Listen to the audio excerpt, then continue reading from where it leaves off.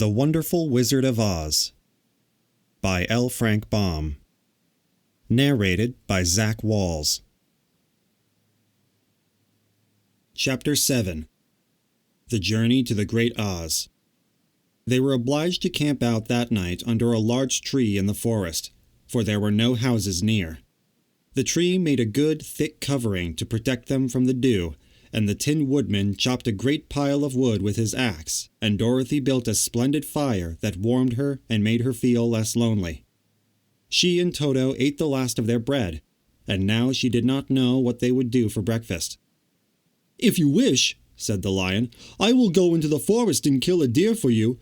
You can roast it by the fire, since your tastes are so peculiar that you prefer cooked food, and then you will have a very good breakfast." "Don't, please don't," begged the Tin Woodman. "I should certainly weep if you killed a poor deer, and then my jaws would rust again."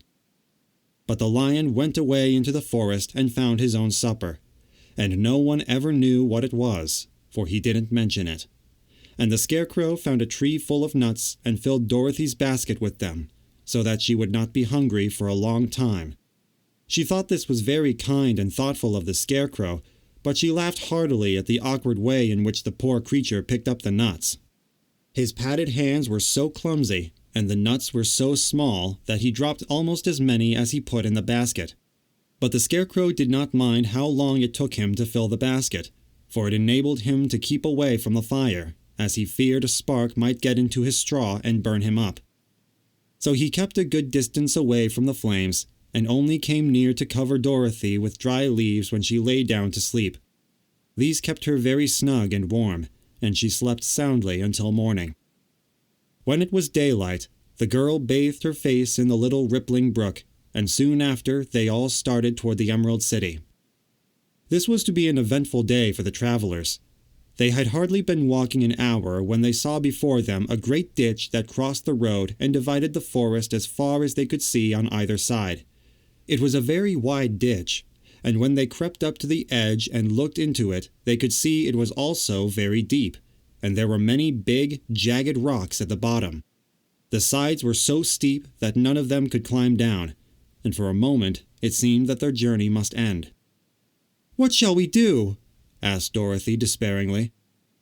"I haven't the faintest idea," said the Tin Woodman, and the Lion shook his shaggy mane and looked thoughtful. But the Scarecrow said, "We cannot fly, that is certain. Neither can we climb down into this great ditch. Therefore, if we cannot jump over it, we must stop where we are." "I think I could jump over it," said the Cowardly Lion, after measuring the distance carefully in his mind. "Then we are all right," answered the Scarecrow, "for you can carry us all over on your back, one at a time." "Well, I'll try it," said the Lion. "Who will go first?" "I will," declared the Scarecrow, "for if you found that you could not jump over the gulf, Dorothy would be killed, or the Tin Woodman badly dented on the rocks below. But if I am on your back, it will not matter so much, for the fall would not hurt me at all." "I am terribly afraid of falling myself," said the Cowardly Lion, "but I suppose there is nothing to do but try it. So get on my back and we will make the attempt." The Scarecrow sat upon the Lion's back, and the big beast walked to the edge of the gulf and crouched down. "Why don't you run and jump?" asked the Scarecrow. "Because that isn't the way we lions do these things," he replied. Then, giving a great spring, he shot through the air and landed safely on the other side. They were all greatly pleased to see how easily he did it, and after the Scarecrow had got down from his back, the Lion sprang across the ditch again. Dorothy thought she would go next, so she took Toto in her arms and climbed on the Lion's back, holding tightly to his mane with one hand. The next moment it seemed as if she were flying through the air, and then, before she had time to think about it, she was safe on the other side. The Lion went back a third time and got the Tin Woodman, and then they all sat down for a few moments to give the beast a chance to rest, for his great leaps had made his breath short, and he panted like a big dog that has been running too long. They found the forest very thick on this side, and it looked dark and gloomy. After the Lion had rested, they started along the road of yellow brick, silently wondering, each in his own mind, if ever they would come to the end of the woods and reach the bright sunshine again. To add to their discomfort, they soon heard strange noises in the depths of the forest, and the lion whispered to them that it was in this part of the country that the Kallidas lived. "What are the Kallidas?" asked the girl. "They are monstrous beasts with bodies like bears and heads like tigers," replied the lion, "and with claws so long and sharp that they could tear me in two as easily as I could kill Toto. I'm terribly afraid of the Kallidas." "I'm not surprised that you are," returned Dorothy.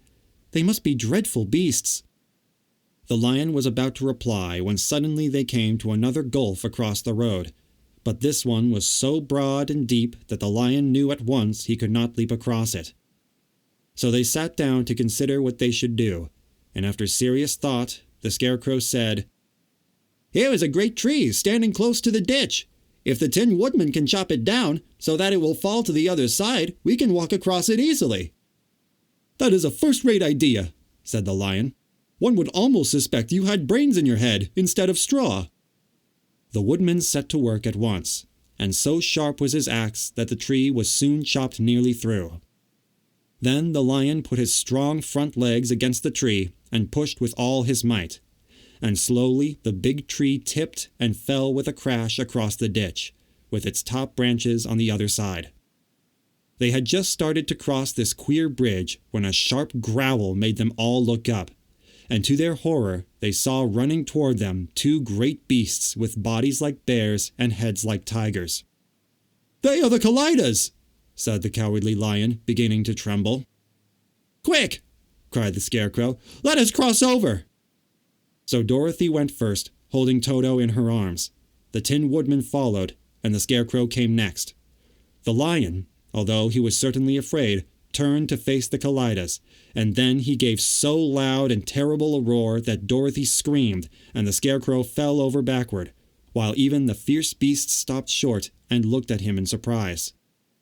But, seeing they were bigger than the lion, and remembering that there were two of them and only one of him, the Kallidas again rushed forward, and the lion crossed over the tree and turned to see what they would do next.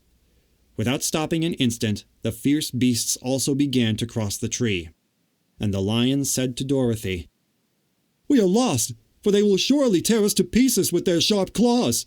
But stand close behind me, and I will fight them as long as I am alive." "Wait a minute," called the Scarecrow.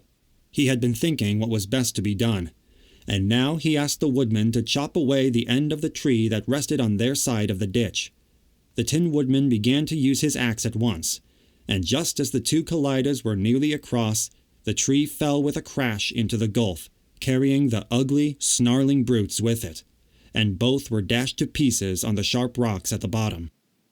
"Well," said the Cowardly Lion, drawing a long breath of relief, "I see we are going to live a little while longer, and I am glad of it, for it must be a very uncomfortable thing not to be alive. Those creatures frightened me so badly that my heart is beating yet." "Ah," said the Tin Woodman sadly, "I wish I had a heart to beat." This adventure made the travelers more anxious than ever to get out of the forest, and they walked so fast that Dorothy became tired and had to ride on the lion's back. To their great joy, the trees became thinner the farther they advanced, and in the afternoon they suddenly came upon a broad river flowing swiftly just before them. On the other side of the water they could see the road of yellow brick running through a beautiful country, with green meadows dotted with bright flowers, and all the road bordered with trees hanging full of delicious fruits. They were greatly pleased to see this delightful country before them. "How shall we cross the river?" asked Dorothy. "That is easily done," replied the Scarecrow. "The Tin Woodman must build us a raft, so we can float to the other side." So the woodman took his axe and began to chop down small trees to make a raft, and while he was busy at this, the Scarecrow found on the river bank a tree full of fine fruit. This pleased Dorothy, who had eaten nothing but nuts all day, and she made a hearty meal of the ripe fruit. But it takes time to make a raft, even when one is as industrious and untiring as the Tin Woodman, and when night came the work was not done. So they found a cozy place under the trees where they slept well until the morning, and Dorothy dreamed of the Emerald City, and of the good Wizard Oz, who would soon send her back to her own home again. End of Chapter 7. For more audiobook narrations and classroom literature, subscribe to the channel. Comment below to suggest a narration and ring the bell for notifications.